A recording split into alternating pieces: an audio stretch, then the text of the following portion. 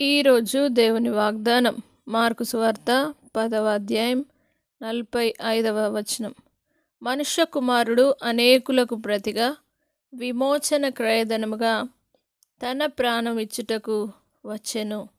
నా ప్రియ సహోదరి సహోదరులారా, దేవుడు ఈరోజు మీతో ఒక గొప్ప వాగ్దానం చేస్తూ ఉన్నాడు. మనుష్య కుమారుడు అనేకులకు ప్రతిగా అనగా ప్రతి పాపమునను మోసుకొని పోయే గొర్రె పిల్లగా దేవుడు తను దేవలోకమును విడిచి ఈ లోకమునికి మనుష్య రూపమును ధరించుకొని రిక్తునిగా మార్చబడ్డాడు. దేవుని వాక్యం సెలవిచ్చిన విధంగా మనుష్య కుమారుడు అనేకులకు ప్రతిగా నీ కోసం నా కోసం ఆయన చిందించిన రక్తమును బట్టి మనం ప్రతిరోజు జ్ఞాపకం చేసుకోవాల్సినది ఒకటే, మనకు ప్రతిగా విమోచన క్రయధనమును మనకిచ్చుటకు దేవుడు తన ప్రాణమును అర్పించినాడు. తన ప్రాణమునిచ్చుటకు ఈ లోకానికి వచ్చినాడు అని దేవుని వాక్యం సెలవిస్తూ ఉన్నది. ఈ వాగ్దానాన్ని బట్టి ప్రతి ఒక్కరూ ఈరోజే ఆయనను అంగీకరించండి.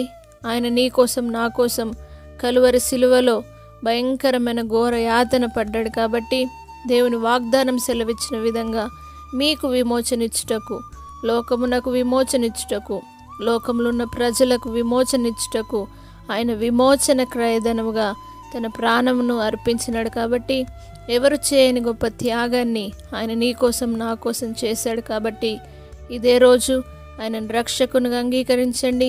ఇదే రోజు విమోచన పొందండి. మీ పాపముల నుండి విడుదల పొందండి.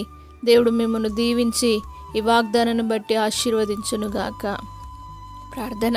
పరిశుద్ధుడా, నమ్మదగిన దేవా, విమోచన క్రయధనముగా ఈ దేవాని స్తోత్రమేసే మనుష్య కుమారుడుగా ఈ లోకానికి వచ్చి ప్రతి ఒక్కరికి నాయననికి స్తోత్రమేసే రక్షణ ఇచ్చుటకు, ప్రతి ఒక్కరిని విమోచించుటకు మీరు క్రయధనముగా మీ ప్రాణాన్ని అర్పించారు ప్రభువా.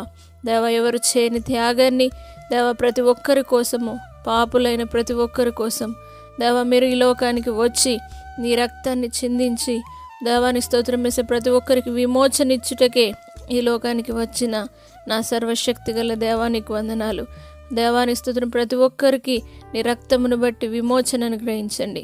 మీ రక్తమును బట్టి రక్షణ దయచేయండి.